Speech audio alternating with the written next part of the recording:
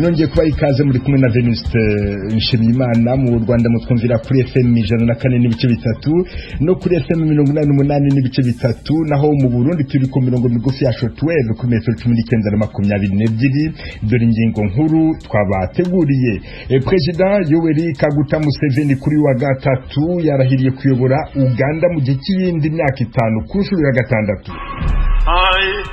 Yoweri Tumaburwa Kaguta Museveni swear in the name of the Almighty God that I will be faithful and bear the true allegiance to the Republic of Uganda.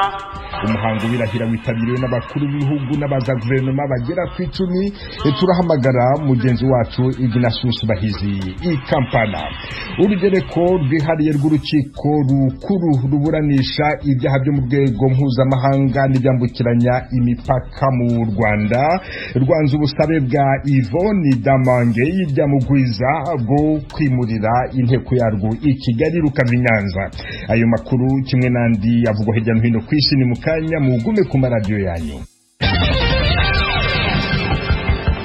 Duhere ku makuru avugwa hirya no hino kwisi mwateguriwe kandi mugezwaho na mugenzi wacu Aloyize Bigirimana. Aloyize wiriweho? Miriwe Veniste. Turahera mu yavugwa ku mugabane wa Afrika.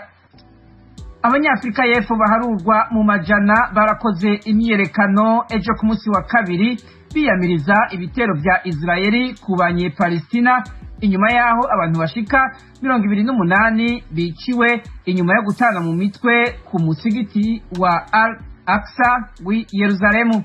Afrika y'Epfo yaragaragaje kwishigikiye icyo abanye-Palestina baharanira mu kunga imigenderanire mu 1995 inyuma y'umwaka intwaro y'agacinyizo ya apartheid irangiye muri Afrika y'Epfo.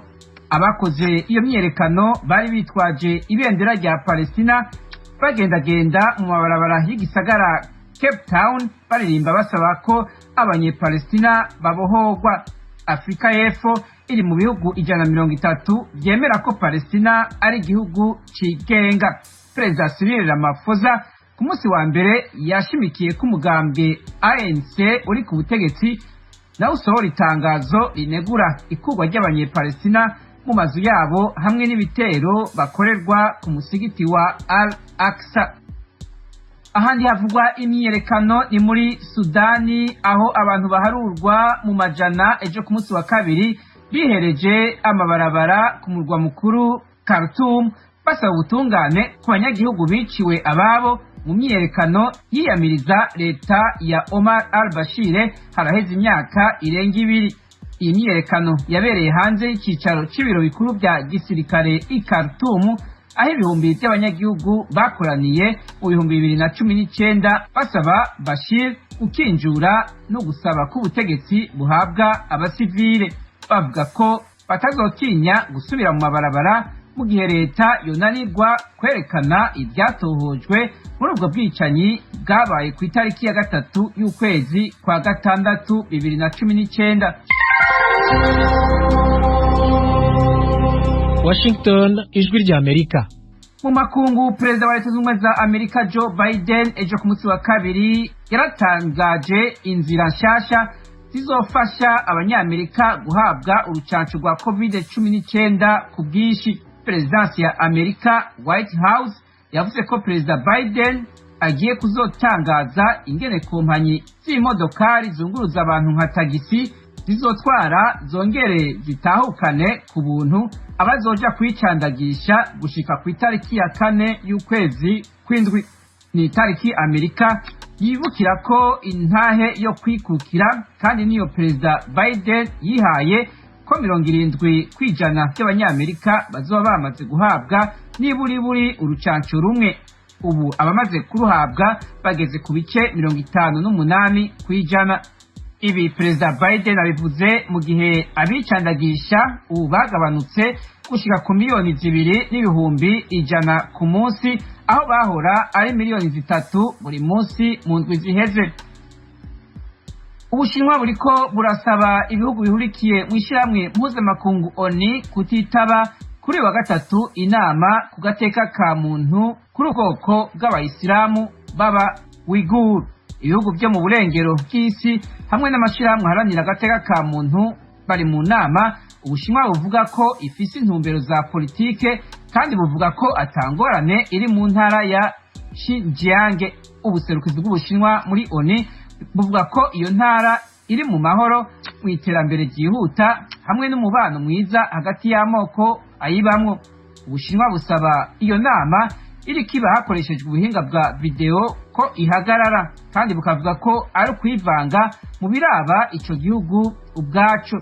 Haraciye imyaka Ubushinwa bunegurwa n'amakungu cyane cyane ibihugu byo mu Buraya hamwe n'abayisilamu ku kuntu bufata ubwoko bw'aba-Uighur mu kubaneka ibyo bakora byose hamwe no kugenzura imbyaro zabo.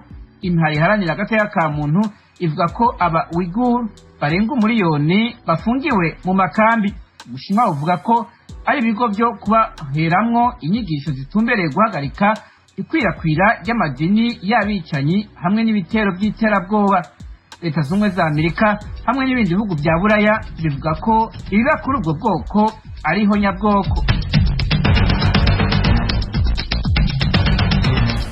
urakoze Aloyizi Bigirimana. Mukomeje kumva radio Ijwi ry'Amerika yumvikanira kuri FM 104.3 no kuri FM 88.3 ya radio Inshuti ya bose mu Rwanda. Mu Burundi iri ku mirongo migufi ya shortwave kuri metero 19 na 22. Mushobora kandi kumva ibiganiro byacu muciye ku rubuga rwa internet kuri wa eshatu akadomo radio atuveho akadomo koma, naho ku mbuga za Facebook, YouTube na Instagram. Adresi yacu ni wa radio yacu.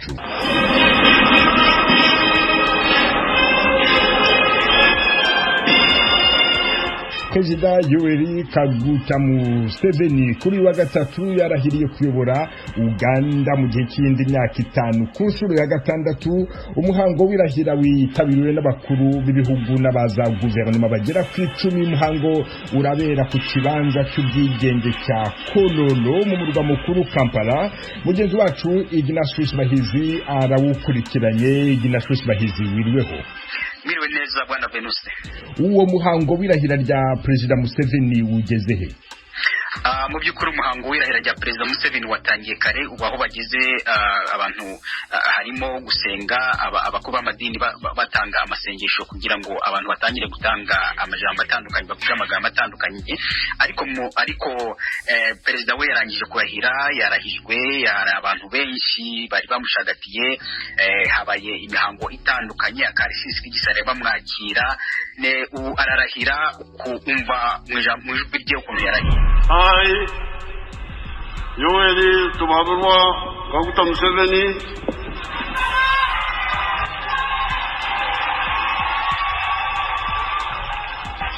swear in the name of the Almighty God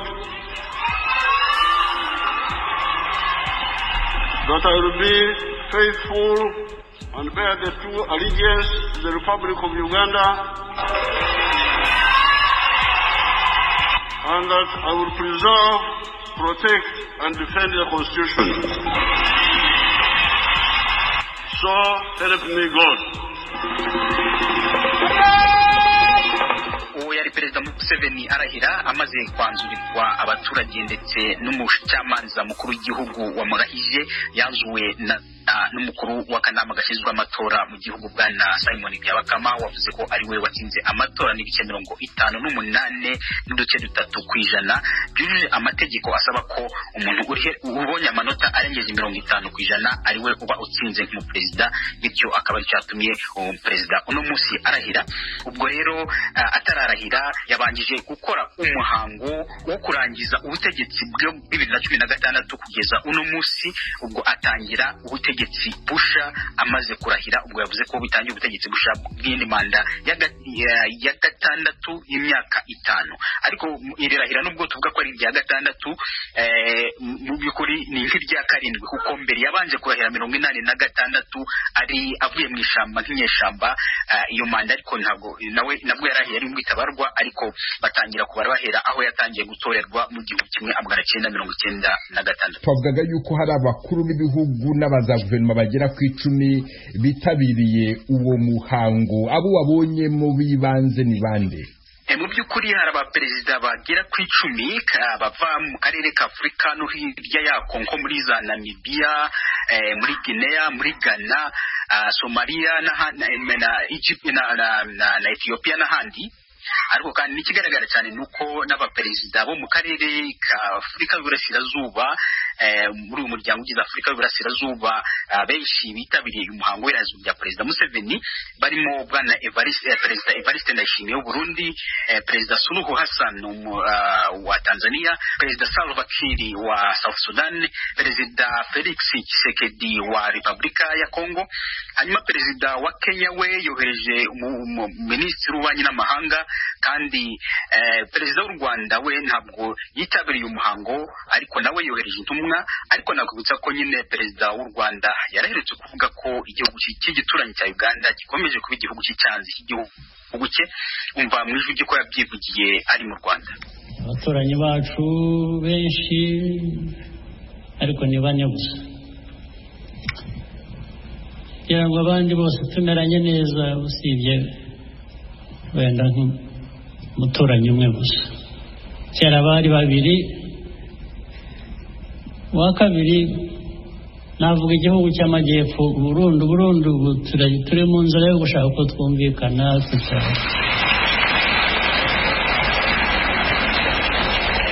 ariko ngira ngo ubu twe n'Abarundi turashaka kubana nabo, kandi bamaze kwerekana iyo nzira. Natwe turashaka Kongo, ibibazo twari dufitanye nabo turafatanya kubikemura rwose, bemeze neza, ntabwo bikiri nka mbere.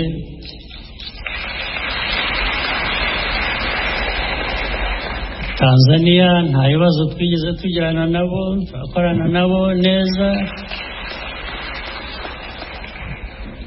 Abaturanyi b'amajyaruguru badufiteho ikibazo n'ubu nabayeyo, nabanye nabo, nakoranye nabo, ntabwo umbajije neza ngo nkubwire imizi yacyo, ntabwo mbisobanukiwe bihagije. Ariko icyo narangirizaho cy'ibyo ngibyo, jewe nzasakara inzu yanjye kugira ngo ntanyagirwa. Uwo yari Perezida Paul Kagame w'u Rwanda asoza inama y'abayoboke b'ishyaka rye rya RPF mu bihe bitari ibya kure aho mu Rwanda. Akaba rero ayo magambo adatangaje kubona atanageze hano ku muhango w'irahizwa rya mugenzi we Perezida Yoweri Museveni. Byari bisanzwe ko igihe cyo kurahira kwa Perezida hatangwa ikiruhuko nk'uko byabaye uyu munsi? Oya bwana Venuste, ntabwo ariko bihora bimera, kuko kenshi iyo Perezida arahira ntabwo aba ari umunsi w'ikiruhuko, abantu bakomeza bakora akazi kabo bisanzwe. Ariko n'umunsi byatangaje benshi kubona bakoze umunsi w'ikiruhuko, ku buryo ndetse batemere n'abantu kuja mu mujyi, kuko ndetse n'iminsi y'ibiruhuko isanzwe abantu bakora akazi kabo gasanzwe, bagafungura amaduka bakaja gukora imirimo yabo ya buri gihe. Ariko uyu munsi ntabwo bemereye n'abantu kuza mu mujyi n'imodoka, ipikipiki zazanaga abantu mu mujyi bazisubizaga inyuma. N'abantu bafunguye amaduka kare mu gitondo bababwira ko bafunga. Bigaragaza ko bishatse kwerekeza kuri ya makuru twari dusanzwe dutanga ko igisirikare n'igipolisi bavuga ko hari abantu bategura guteza umutekano muke mu irahizwa rya Perezida Museveni kugira ngo bamunanize, bategura gukora imyigaragambyo, ngo bategura gutera ibisasu mu mujyi. Akaba ariyo byenze kwerekana ko kubuza abantu kuza mu mujyi no kugira ngo abantu bagume bamuhira byaba bishatse kuganisha cyo abashinzwe umutekano bavuze. Uyu muhango ubaye mu gihe cy'icyorezo cya COVID-19, hari ingamba zafashwe zigaragara zo kukirinda? Nibyo koko, mu bisanzwe iyo Perezida arahira haba hari abantu benshi cyane, haba hari imbaga y'abantu batumiwe cyane cyane bo mu ishaka rya Perezida Museveni NRM muri ku butegetsi. Ariko ubu ngubu ishaka ryatumiye abantu bakeya cyane, barimo abaminisitiri, abashinga amategeko n'abayobozi b'ishaka mu turere dutandukanye, kimwe n'abanyine n'abashitsi b'imena bavuye hanze y'igihugu.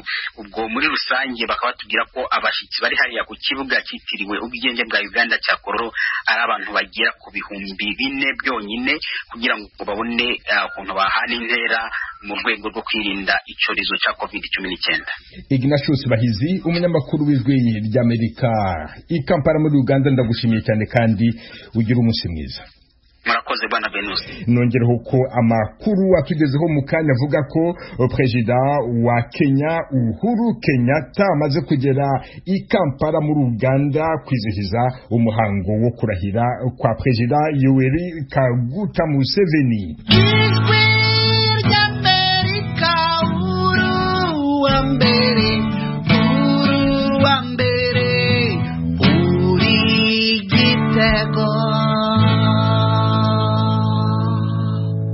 Mu Burundi ishyaka UPRONA ryaraye rifashe icyemezo cyo kwirukana abarwanashyaka Gaston Sindimo wari cyegera cya mbere cy'umukuru w'igihugu akaba ari umudepite, uwahoze ari senateri Anicet Niyongabo na ambasaderi Isidore Mbayahaga bararegwa gusuzugura inzego nkuru z'ishyaka no kurisebya. Abirukanywe bavuga ko byakozwe n'abatabifitiye ububasha. Inkuru irambuye Pierre Claver niyo nkuru. Amakosa umugambwe w'abadasigana UPRONA uturukamo icegera c'umukuru w'igihugu wagiriza abagabo batatu barimwo Gaston Sindimwo yahoze muri ico kibanza imbere yuko aba umushinga amateka harimo kugarariza inzego. Olivier Nkurunziza umunyamabanga mukuru w'uwo mugambwe yabwijwe ry'Amerika ko ayo makosa akomeye yatumye Gaston Sindimwo n'abagenzi we babiri bafutwa burundu muri uwo mugambwe. Wahoze umukenguza amateka Anicet Niyongabo witwa Isidore Mbayahaga umushinga amateka Gaston Sindimwo babonye neza ko abo badasigana ubwa mbere abo bari bahanywe bakabandanya bahotorera mu kabi yuko ingingo ya 13 ivuga yuko wakoreye undi mugambwe wagararije inzego z'umugambwe akabandanya ajogiza umugambwe turavije bakoze nibivyararaza umugambwe nibituma basuzugura inzego z'umugambwe tukaba irukana burundu mu mugambwe w'abadasigana UPRONA. Inama yafashe iyo ngingo yabaye kuri uyu wa kabiri gushika mu ijoro yari yitabwiye n'umukuru w'uwo mugambwe Abel Gashatsi, icegera c'umukuru w'igihugu Prosper Bazombanza n'abandi. Abo bakuwe bobo bavyamirira kure basigura ko ingingo yafashwe n'abatabifitiye ububasha. Anise Niyongabo niwe yavuze mu izina ry'abagenzi we. Twabifashe nk'uko atacabaye mu mugambwe w'abadasigana UPRONA kuko abo bantu nibasomambike bagashatsi yabahamagaye kugira ngo bamufashe kwandika no gusinya ivyo yifuza, ariko ibiro nshingwabikorwa nk'uko vyatowe na komite nkuru y'umugambwe mu mwaka wa 2016 mu kwezi kw'icenda sivyo vyakoranye. Benshi mu babigize b'abadasigana b'ukuri barabagiye kwinjira kumugumya. Agaciro tubiha nta numwe vyohungabanya, igikenewe nuko ahubwo hoba ibiganiro kugira ngo dusubire kugira inzego zirongoye umugambwe. Tugiye kubandanya dukorera umugambwe w'abadasigana UPRONA kuko n'umugambwe wacu kandi tuvugira kugira ngo abadasigana birirwa bararenganywa bashobore kugaruka basubire gutunganirizwa. Aba ndetse baheruka kwandikira urwandiko umushikiranganje w'intoro y'agati mu gihugu ajejwe itunganywa ry'imigambwe bamusaba ko yobabera umuhuza maze bagakemura amatati bafitaniye n'uburongozi bukuru bw'umugambwe wabo UPRONA watahukanye ikibanza ca gatatu mu matora aheruka. Ayo makete yahawe ijwi ry'Amerika yatewe ku mukono n'abo bagabo batatu bakuwe mu mugambwe ari bo Gaston Sindimwo, Anise Niyongabo na Isidore Mbayahaga. Bagiriza nabo abatwara umugambwe ku rwego rw'igihugu kubanyuruje amatungo rusangi kandi ko batwaza umukazo mu mugambwe. Tubagiriza ko bihambira ku burongozi bw'umugambwe kandi igihe cararenganye kubera ikiringo batorewe caheze kera mu mwaka wa 2019. Muri iki gihe rero nta nzego zishobora gufata ingingo zihari. Ikindi tubagiriza nuko wiba amatungo y'umugambwe ku mugaragaro bakagenda baragurisha abamazu abamatongo abamaparcelle mu bisagara bidaciye mu mategeko, ariko uburongozi ntitwovuga ngo turagubaha canke ntitugubaha kuko nta bukihari. Uburongozi bw'umugambwe bwo busanga abo bagabo bafashe inzira atariyo. Nicyo gituma tumaze gusuzuma ingingo ya 11 iraba ivy'umugambwe w'abadasigana UPRONA kwandika amakete nk'ayo nibituma umugambi ushobora guhungabana n'uno musi n'ejo. Rero mu mugambi w'abadasigana ni ngombwa habeho kirazira, ivyo bizogabanya akajagari mu mugambi. Inkurikizi za mbere z'iyo ngingo nuko bamwe mu bahanywe bava mu nzego za leta zikomeye barimwo. Itegeko rigenga inama nshingamateka rivuga ko umushingamateka yirukanwe n'umugambwe wiwe aca atakaza ikibanza yari afise. Aha urabwa n'iyo ngingo ni Gasosi ndimwo azoca asubirirwa n'uwundi azokwizerwa n'umugambwe Iprona. Igihe cyose hegereje amatora canke inyuma yayo gato biramaze kumenyerwa ko umugambwe Iprona wamucikamwo amashami. Kuva mu mwaka w'2005 rigeze 5 Iprona ucikamwo ibice. Umwe mu bo Ijwi ry'Amerika ryahaye ijambo iyo ngingo igifatwa yagize ati ubu hasigaye ibisigarira by'uwahoze ari umugambwe Iprona wa Gasore. Uwo yagendanye na Gasore yarondeye intayo kwikukira kubw'umugambwe Iprona, yongeye ko kwagahinda kamwica yitegereje aho uwo mugambwe watwaye igihugu imyaka 40 ugeze. Pyeklavenye nkuru Kigali kubwijwe ry'Amerika. Mu Rwanda urugereko rwihariye rw'urukiko rukuru ruburanisha ibyaha byo ku rwego mpuzamahanga n'ibyambukiranya imipaka rwanje ubusabe bwa Yvonne Damange iryamugwiza rwo kwimurira inteko yarwo i Kigali rukava i Nyanza. Umucamanza yavuze ko hakiri imbogamizi zo kwimura inteko kandi ko azaburanira mu ruhame nk'uko abyifuza. Umunyamakuru w'Ijwi ry'Amerika Eric Bagirubusa ari Nyanza ya Nyabisindu. Eric Bagirubusa wiriweho? Wiriho neza Venuse Shimimana. Watubwira muri make ibikuru bikuru Damange yashingiragaho ubusabe bwe? Nk'uko umaze kubibwira abakurikiye radio Ijwi ry'Amerika ubundi i Nyanza, Madame Yvonne Damange asaba umucamanza kwimura inteko iburanisha akayijyana i Kigali. Yavugaga ko muri rusange akarere ka Nyanza kari mu turere twashyiriweho amabwiriza adasanzwe yo kwirinda icyorezo COVID-19, akaba yagira impungenge ko igihe bajya bamujyana muri gereza ya Mpanga akaburana ariko hakoreshejwe ikoranabuhanga ubwabyo byamutera impungenge ko nawe ashobora kwandura icyorezo COVID-19. Ikindi yavugaga ko ari aba mu muryango we bibabangamiye kandi bagomba gukurikirana urubanza, abatangabuhamya, yewe ngo hari n'abantu batari bake bashaka gukurikira urwo rubanza. Akavuga ngo rero nk'uko yarezwe ibyaha, avuga ko bimwe mu byo aregwa yabikoze mpabona ku karubanda, asaba ko n'ubundi urukiko rwamuburanishiriza ku karubanda. Kongera agasaba ko nk'uko inteko y'urwo rukiko, iyindi nteko y'urwo rukiko iburanisha bwana Paul Rusesabagina na bagenzi be 20 yimuriye iburanisha i Kigali, nabwo byagenda gutyo muri rusange.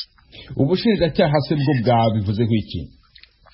Ubushinjacyaha bwavuze ngo hakurikijwe ubusabe bwa Madame Damange n'uburenganzira bwe, ariko bubiharira ubushishozi bw'urukiko.